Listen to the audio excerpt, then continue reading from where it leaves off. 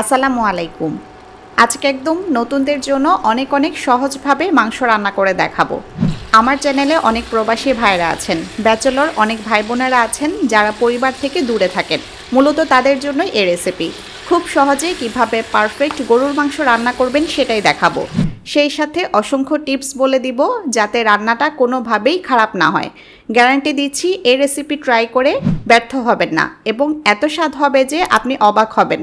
আর কথা না বাড়িয়ে চলুন রান্নার প্রসেস শুরু করি। ব্যাচেলর গরুর মাংস রান্নার জন্য প্রথমে একটা প্যানে গরুর মাংস নিচ্ছি। 1 কেজি মাংস ভালোভাবে ধুয়ে পানি ঝরিয়ে নিয়েছি। মাংসের পিস আপনারা আপনাদের পছন্দ মতো করে কাটবেন, তবে একটু ছোট করে কাটলে মাংস দ্রুত সেদ্ধ হবে। এরপর কিছু পেঁয়াজ কুচি উপরে দিয়ে দিচ্ছি। 2টা পেঁয়াজ ছোট ছোট স্লাইস করে কেটে দিয়ে দিলাম। এরপর দিচ্ছি রসুন কুচি।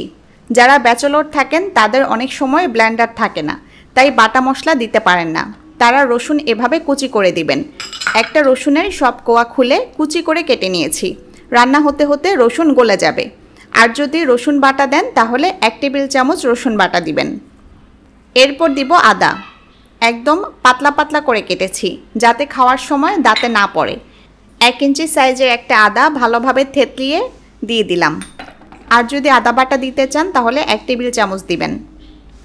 দিচ্ছি 1 চা চামচ হলুদ গুঁড়া, দিচ্ছি 1 টেবিল চামচ মরিচ গুঁড়া, দিচ্ছি 1 টেবিল চামচ ধনিয়া গুঁড়া, দিচ্ছি 1 টেবিল চামচ জিরা গুঁড়া, দিচ্ছি 1 টেবিল চামচ লবণ।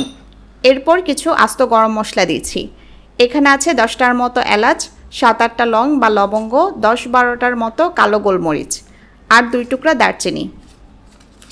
ছোট সাইজের 3টা তেজপাতা দিয়ে দিলাম। এরপর দিচ্ছি তেল, 10-12 টেবিল চামচ তেল দিলাম। এগুলো হলো গরুর মাংস রান্নার বেসিক মশলা। মাংস রান্নায় এগুলো লাগবেই। আর আমি যা যা মশলা দিলাম সবগুলো 1 কেজি মাংস রান্নার জন্য দিলাম। আপনারা মাংস কম বেশি নিলে সেই হিসেবে মশলাও কমিয়ে বা বাড়িয়ে নেবেন। হাত দিয়ে ভালোভাবে মাংসের সাথে মশলা মেখে নিচ্ছি। ভালোভাবে মাখা হয়ে গেলে এবার রান্না শুরু করব। তবে মশলা মাখিয়ে মাংসটা যদি 10-15 মিনিট ঢেকে রাখেন এরপর রান্না করেন তাহলে স্বাদ অনেক ভালো হবে। হাতে সময় না থাকলে মশলা মাখিয়ে সাথে সাথে রান্না করবেন। এবার প্যানটা চুলায় বসিয়ে দিচ্ছি। চুলা মিডিয়াম আঁচে জ্বালিয়ে দিব। ঢেকে দিয়ে রান্না করতে হবে।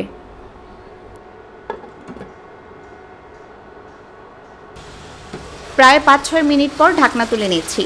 ঢাকনা তুলে নেড়ে দিচ্ছি। মাংস থেকে কিছুটা পানি বের হবে। সে পানিতে মাংস কিছুক্ষণ কষাবো।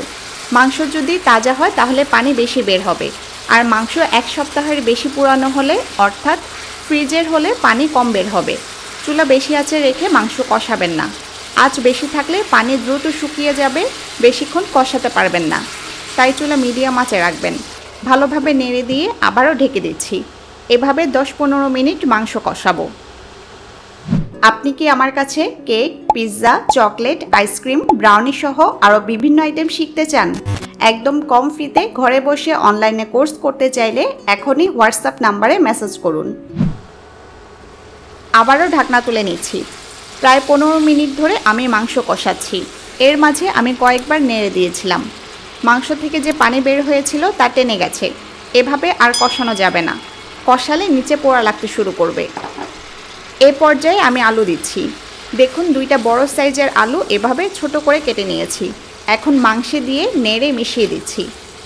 গরুর মাংসে আলু দিলে খেতে ভালো লাগে, তবে অতিরিক্ত আলু দিবেন না, তাহলে মাংসের স্বাদ নষ্ট হয়ে যাবে। নতুনদের জন্য আমার চ্যানেলে অনেক সহজ সহজ রেসিপি অলরেডি দেওয়া আছে, ঘুরে দেখতে পারেন। আর প্লিজ চ্যানেলটা সাবস্ক্রাইব করবেন। এছাড়া লাইক কমেন্ট করতেও ভুলবেন না। আলু দিয়ে 1-2 মিনিট নেড়ে নেড়ে কষিয়ে নিতে হবে। এরপর পানি দিচ্ছি। 1 লিটার গরম পানি দিচ্ছি। অবশ্যই ফুটন্ত গরম পানি দিতে হবে। মাংস রান্নার মাঝখানে ঠান্ডা পানি দেওয়া যায় না। ঠান্ডা পানি দিলে মাংস আর সেদ্ধ হতে চাইবে না, রান্নাটা বাজে হয়ে যাবে। তাই গরম পানি দিবেন। পানি দিয়ে চুলার আঁচ মিডিয়াম থেকে একদম হাই করে দিব। এরপর ঢেকে মাংস পুরোপুরি সেদ্ধ হয়ে আসা পর্যন্ত রান্না করব। পানি দিয়ে 40-45 মিনিট রান্না করলেই মাংস সেদ্ধ হয়ে আসবে। তবে কোনো কোনো সময় আরও বেশিও লাগতে পারে। আমি চেক করেছি মাংস সেদ্ধ হয়ে গেছে। এই পর্যায়ে আপনারা লবণ চেক করে নেবেন ঠিক আছে কিনা। এখন চুলা কমিয়ে লো করে দিব। উপরে কয়েকটা আস্ত কাঁচামরিচ দিয়ে দিচ্ছি। মরিচ ঝালের জন্য দেইনি, এটা রান্নায় খুব চমৎকার একটা ফ্লেভার যোগ করবে, আর আস্ত দেওয়ার ফলে ঝাল হবে না।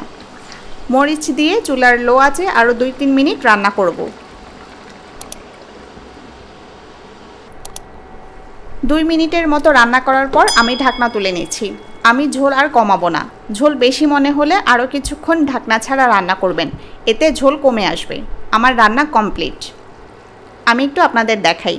দেখুন এত সিম্পলভাবে রান্নার পরেও দেখতে কত লোভনীয় ও আকর্ষণীয় হয়েছে। একদম পারফেক্ট একটা রান্না। আপনারা এভাবে অবশ্যই ট্রাই করবেন। কেমন হয় জানার অপেক্ষায় রইলাম। আরও কী কী রেসিপি চান কমেন্টে জানাতে পারেন। সবাই ভালো থাকুন, সুস্থ থাকুন। আল্লাহ হাফেজ।